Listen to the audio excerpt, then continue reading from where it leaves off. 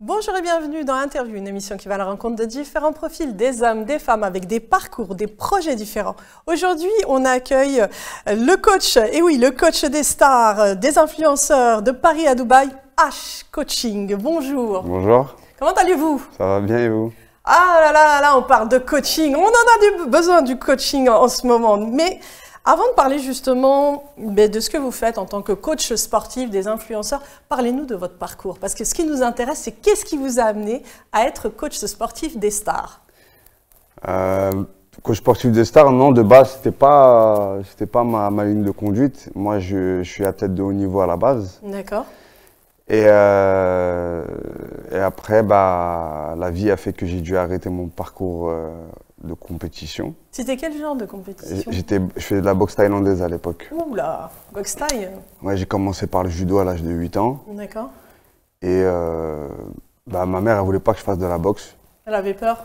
Bah oui, maman elle est bienveillante, elle veut pas. Ouais. Donc j'ai commencé à l'âge de 15 ans en cachette. Et puis, 1 an et demi après, mon entraîneur il est parti la voir, il est parti à sa rencontre et il lui a fait part justement de mes qualités en tant qu'athlète. Et donc après, elle m'a donné son aval. Et j'ai continué comme ça pendant jusqu'à mes 23 ou 24 ans, je sais plus. Bon, après, j'ai dû arrêter pour des choix personnels. D'accord.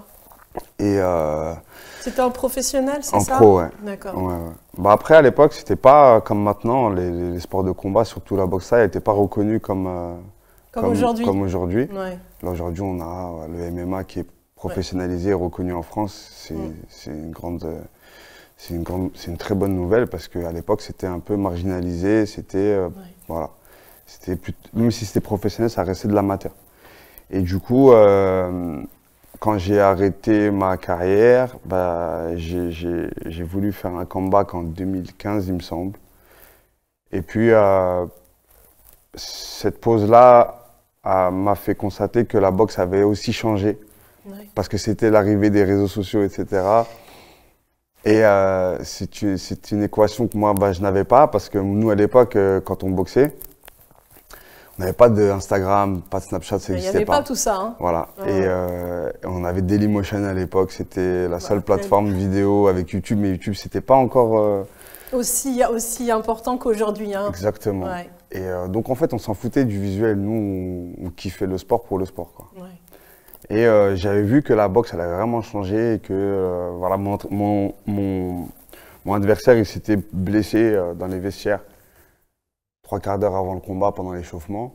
Et puis ça m'avait écœuré, donc j'ai décidé d'arrêter définitivement après mon circuit de compétition. Et j'ai passé mes diplômes et je suis devenu donc préparateur ensuite pour les compétiteurs, justement. Donc préparateur sportif, c'est ça? Ouais. Donc c'est vous, après, qui avez commencé à préparer les sportifs au niveau musculaire, au niveau diététique, oui, voilà, c'est ça. Ouais. C'est toute une hygiène de vie. Hein. Tout à fait, ouais. Et moi, j'ai vu que j'étais second dans ma salle de boxe. Donc, en général, on me refilait un peu j'avais le rôle du sauveur dans le sens où quand on avait des grosses pertes de poids de dernière minute, quand quelqu'un n'était pas très assidu, les boxeurs, il faut savoir qu'ils ne sont pas assidus au niveau diététique, ils sont très souvent 10, 15 kilos au-dessus du poids de forme. Ils mangent n'importe comment. Ouais. Un boxeur, c'est pas discipliné au niveau diététique. Ouais. Mais en même temps, c'est comme ça. On reconnaît un grand boxeur dans le fait qu'il soit têtu et qu'il soit borné. C'est comme ça qu'on sort un talent. Donc, on va travailler en conséquence. Et j'avais commencé justement à faire des grandes transformations à cette époque-là. Et puis, après, on s'est séparés, moi et mon entraîneur de base, qui était mon ami aussi. Et j'ai fait mon petit parcours. Et là, vous avez décidé justement de devenir coach sportif par vous-même. Ouais. Est-ce que vous avez eu un modèle qui vous a poussé à faire ça? Ou comment l'idée est venue? Oui, bien sûr. Ouais. À l'époque, je regardais beaucoup l'émission Transformation extrême de Chris Powell, oui. qui est passée sur MCM, il me semble. Ouais, je connais cette émission. Et c'est une émission qui me fascinait, qui me passionnait beaucoup. C'est celle-là, c'est lui qui m'a donné envie de faire ce que j'ai fait ces dernières années. Comment vous avez fait? Donc vous avez utilisé les réseaux aussi pour vous faire connaître en tant que coach. Ouais. C'est ça? Ouais. À l'époque, je faisais des vidéos déjà et faut savoir qu'en banlieue parisienne, chez nous, les rebeux, les Renois de quartier et tout, ça se faisait pas trop de faire des vidéos sur YouTube et tout. On me prenait un peu pour un barjot à l'époque. Et j'avais fait mon premier gros challenge, c'était avec Ahmed Silla, qui est aujourd'hui très connu. Oui, Ahmed Silla, oui. Voilà, mais moi, quand je l'ai rencontré, il faisait des vidéos sur Facebook à l'époque. Comme quoi, hein, les réseaux propulsent. Hein. Exactement. Ouais. Il faisait des vidéos sur Facebook qui marchaient plutôt bien. Et puis, il avait sa première proposition de film grand écran, qui est L'Ascension, du coup. Ouais. Et sa directrice m'avait appelé et m'avait dit, est-ce que tu es capable de lui faire perdre, je ne sais plus combien de kilos, 18 kilos en 3 semaines, un truc comme ça, ou un mois et demi, je ne sais plus. D'accord.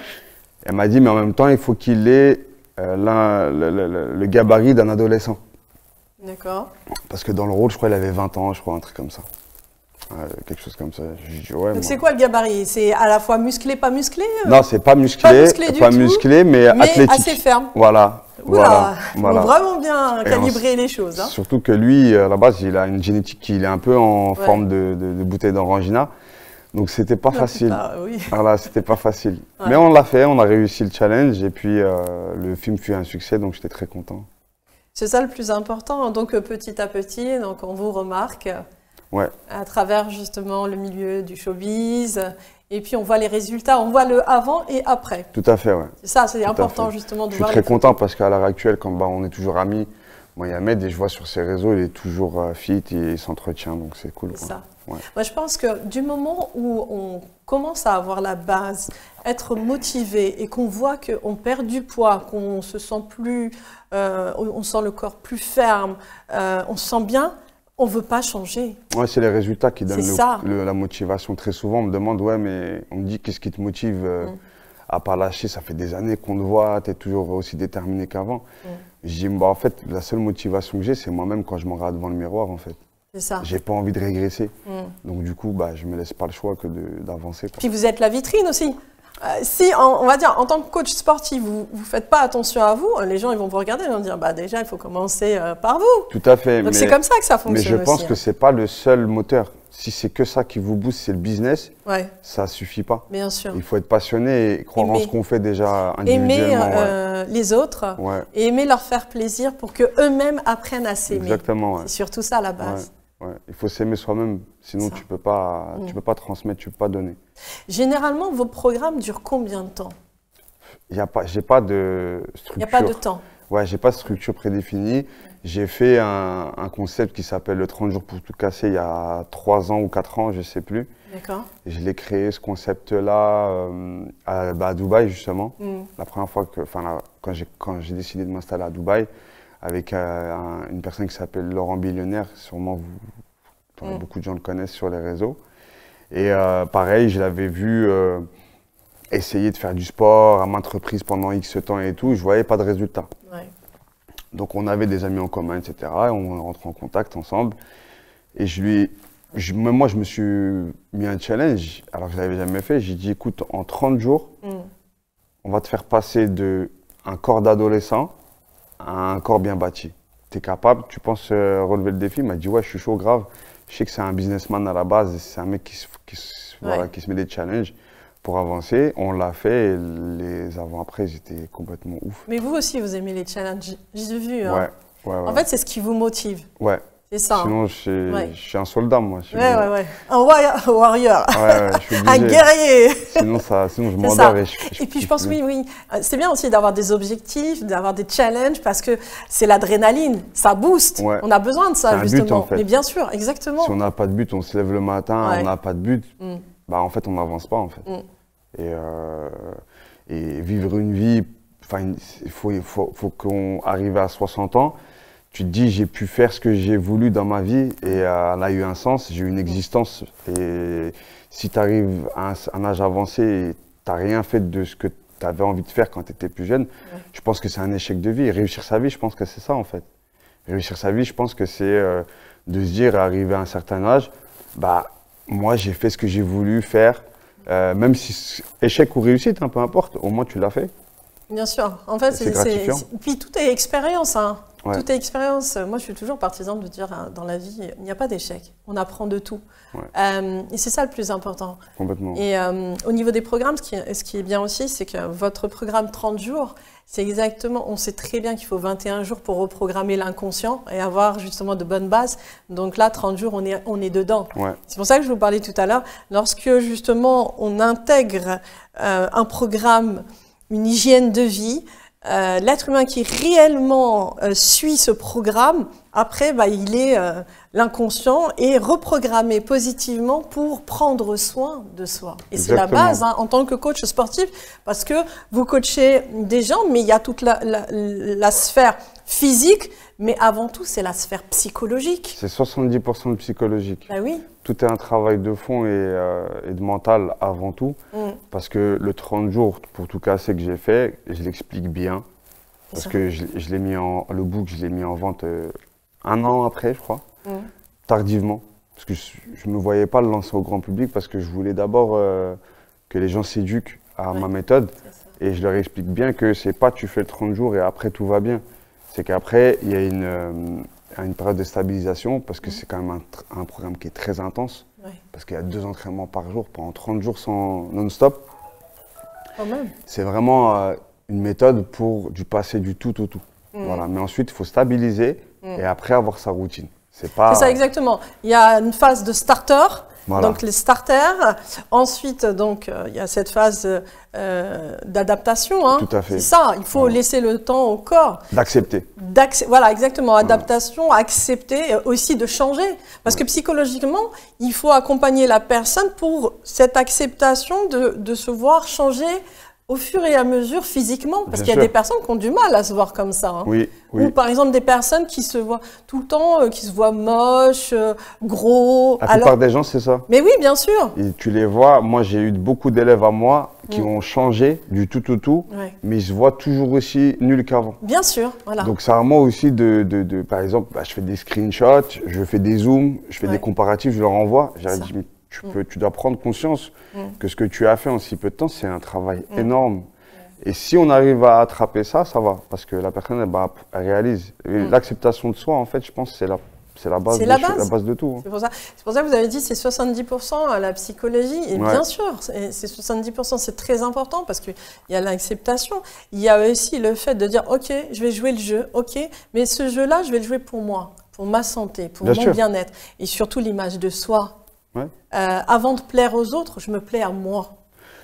Les gens n'ont pas en fait eu cette prise de conscience que l'estime de soi, en fait, elle est primordiale pour vivre en société. Bien sûr. Parce que si tu te connais pas et que tu t'aimes pas à la juste mesure, pas de devenir égocentrique bien sûr. Non, bien sûr. Voilà, d'avoir une juste mesure dans tout. En fait, tu peux pas en fait donner des bonnes ondes, de la positivité, attitude, des good vibes aux gens. Voilà, automatiquement, tu vas te marginaliser, tu vas te mettre un peu à l'écart, etc. Et tu vas mal vivre automatiquement. Et c'est important. Il faut vivre sa vie, il faut être heureux, c'est ça. Il faut le comprendre aussi, H, parce que beaucoup de personnes ne comprennent pas l'importance de s'aimer, de s'accepter. Et puis, et surtout de vivre, parce que la plupart des gens survivent. Nous vivons dans un monde où tout va vite, du paraître, de l'image, où quand on voit les stars, les influenceurs, on voit beaucoup de beauté, hein, donc ça donne envie. Mais à côté, il y a des personnes qui s'aiment tellement pas qu'ils ne s'acceptent pas, ils se renferment. Justement, une question, comment faire pour motiver une personne déprimée à aller reprendre sa vie en main ? Je pense qu'il y a aussi l'aspect devoir et dû, c'est-à-dire ce qui nous est dû et ce qu'on doit faire.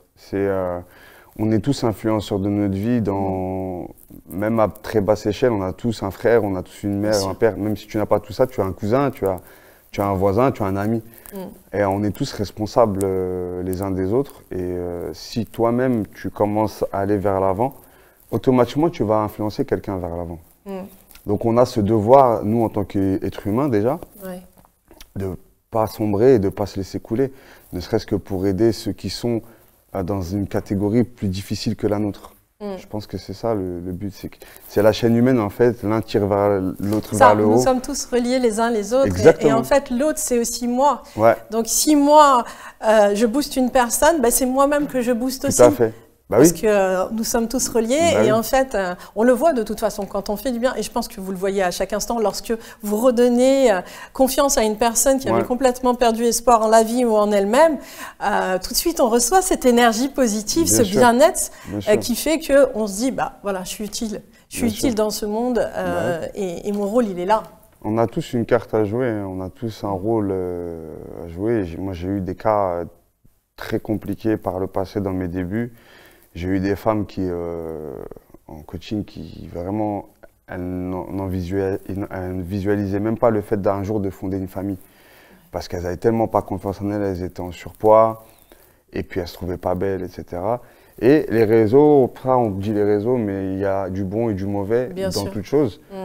Moi j'ai un cas où j'ai une personne qui s'entraîne avec moi pendant 18 mois, on a perdu 48 kilos. D'accord. Ce qui est énorme. Ouais.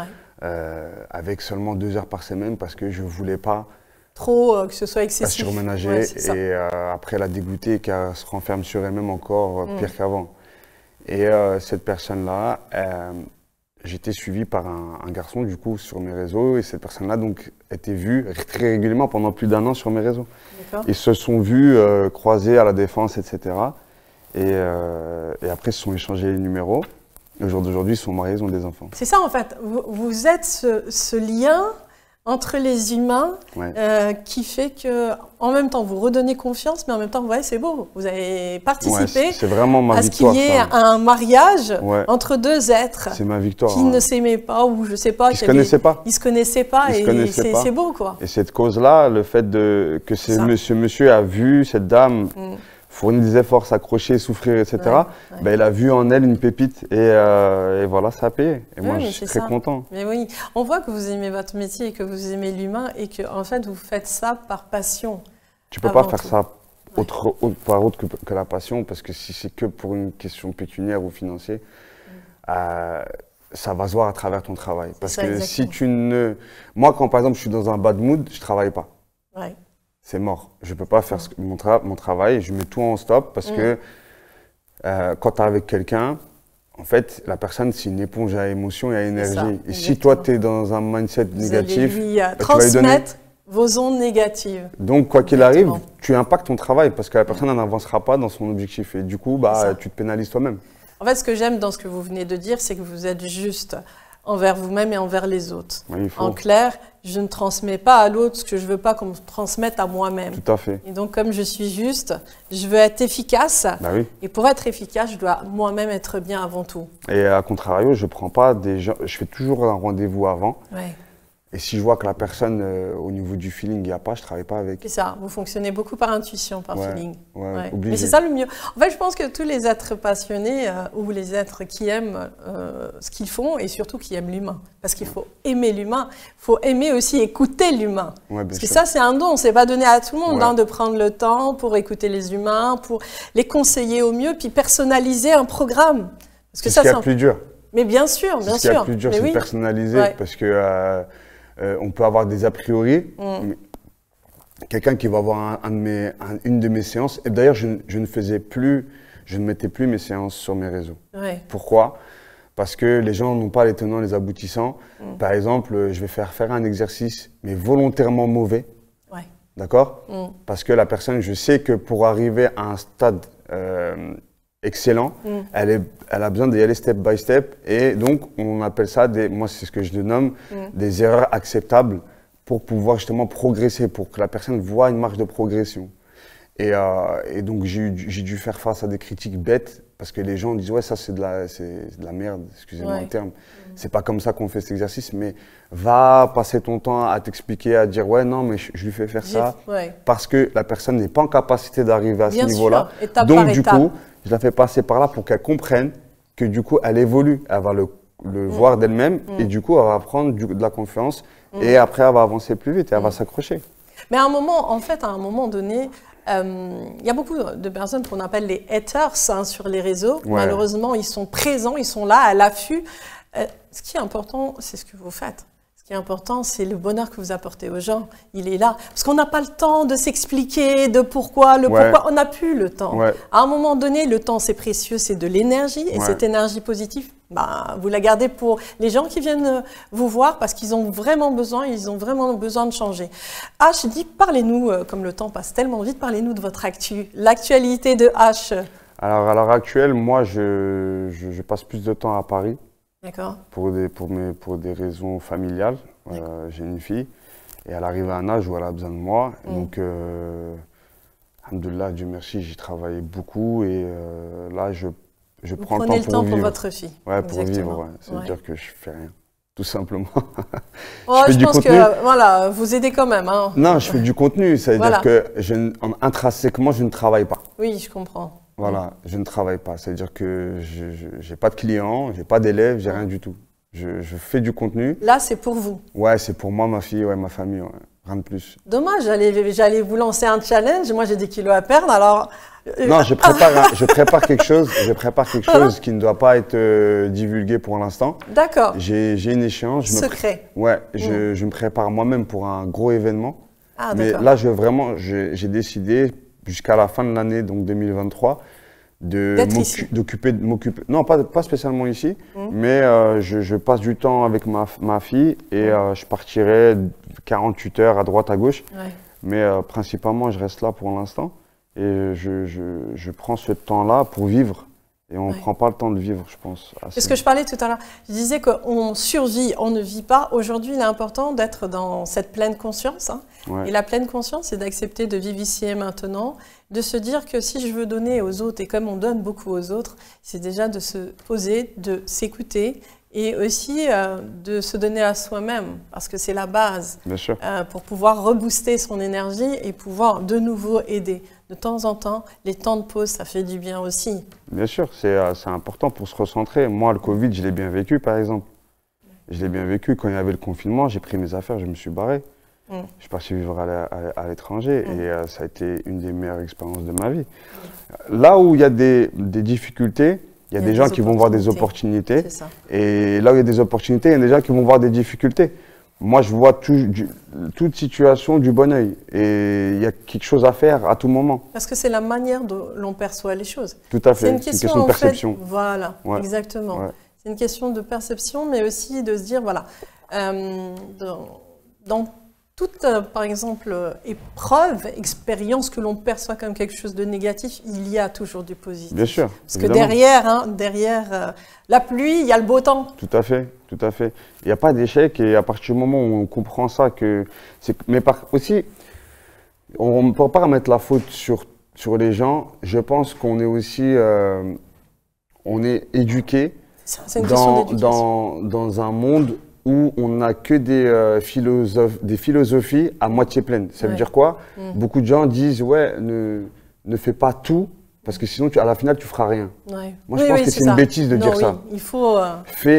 élargir ton panel, va chercher l'expérience, parce qu'en fin de compte, c'est avec ça que tu vas apprendre à te connaître toi-même. Savoir où sont tes limites, tes points forts et tes côtés moins bons. Et quand tu auras toutes ces équations-là et ces informations-là, tu pourras naviguer et aller vers là à ce qui te convient le mieux. Si tu restes cantonné dans un seul et même milieu ou un seul et même domaine pour lequel on t'a prédestiné quand tu étais petit, quand on t'a dit à l'école, tu vas faire de la mécanique. Du coup, ton monde, c'est la mécanique. Tu grandis, tu as 25 ans, tu fais quoi dans la vie? Moi, je suis mécanicien. Et tu veux faire quoi plus tard? Ouvrir un garage de mécanique. C'est le conditionnement aussi. C'est conditionnement. Mais bien sûr. Mais non, moi, par exemple, je voulais devenir avocat quand j'étais petit. On m'a dit non, tu vas aller en professionnel alors que j'avais le niveau d'aller en seconde générale. On m'a dit non. On m'a dit non, tu ne travailles pas assez. Mais je ne travaillais pas assez parce que j'étais doué.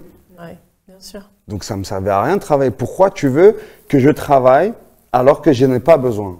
Mais ça, c'est une facilité aussi. En fait, là, à l'heure actuelle, on me dit, tu fais quoi de ta vie? Rien. Derrière le rien, il y a plein de choses qui… Oui, bien sûr, c'est ce que j'allais dire. Mais les gens, ils sont choqués. Mais à la finale, le but de la vie, c'est quoi? Le but, c'est de travailler pour avoir du temps. Exactement. Après, c'est pour avoir du temps. C'est pas plus on travaille, plus on a de l'argent et plus on a moins de temps. Ouais. Ça, c'est être esclave de l'argent. Bien sûr. Mais pas du tout. L'argent. Vous avez tout compris. Hein. Bah ouais, l'argent, c'est une liberté en fait, c'est tout. L'argent est une énergie qui doit circuler. En fait, c'est un moyen et non une fin. Et ben c'est le mot de la fin aussi, H. Exactement. Merci beaucoup en tout cas, H, d'avoir participé à cette émission interview sur RTV. Et puis je vous souhaite plein de projets. Bon courage pour la suite. Merci beaucoup. Merci à vous tous de nous avoir suivis sur RTV dans cette émission interview spéciale H. À très bientôt. Au revoir.